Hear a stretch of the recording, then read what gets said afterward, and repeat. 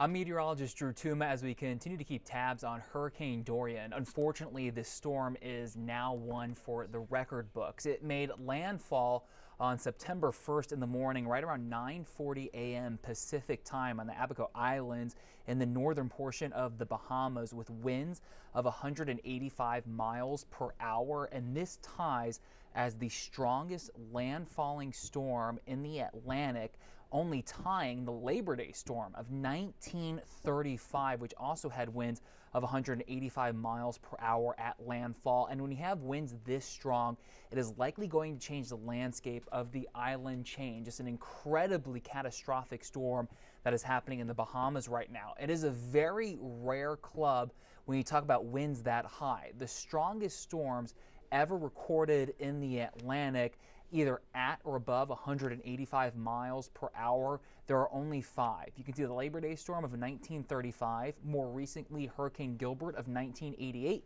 Wilma in 2005, and now Dorian of 2019 all had winds of 185 miles per hour. The only storm that is stronger than that was Hurricane Allen back in 1980. It had winds of 190 miles per hour.